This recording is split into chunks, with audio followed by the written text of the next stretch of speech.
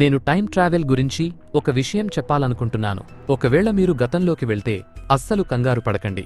ఎందుకంటే నా నమ్మకం ప్రకారం మన టైం లైన్ అనేది ఎప్పుడూ స్థిరంగా ఉంటుంది. మీరు గతంలోకి వెళ్లారంటే ఆ క్షణంలో మీరు అక్కడ ఉండటం అనేది ముందే జరిగిపోయిందని అర్థం. అంటే జనవరి 1, 1999 అనేది 2 సార్లు జరగదు. మీరు ఉండి ఒకసారి, మీరు లేకుండా ఒకసారి ఉండటం అనేది అసలు అర్థం లేని విషయం. అయితే ఇక్కడ మల్టీవర్స్ అనే మరో ఆలోచన కూడా ఉంది. కాల ప్రయాణంలో వచ్చే చిక్కులకి ఇదొక పరిష్కారం అనుకోవచ్చు. మీరు గతంలోకి వెళ్ళినప్పుడు మీ స్వంత విశ్వం లోని గతానికి వెళ్లడం లేదు, దానికి సమాంతరంగా ఉన్న మరో విశ్వంలోకి వెళుతున్నారు. అందుకే అక్కడ ఒకవేళ మీరు మీ తల్లిదండ్రులు కలవకుండా అడ్డుకున్నా మీకు ఏమీ కాదు.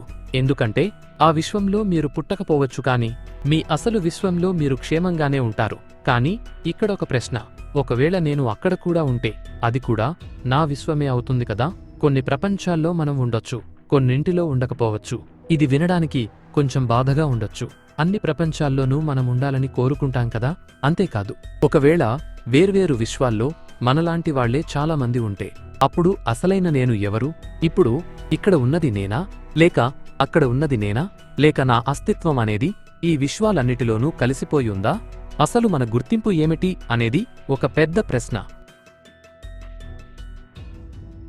ఈ టాపిక్ మీద మీ అభిప్రాయాలను కింద కామెంట్స్ రూపంలో షేర్ చేసుకోండి.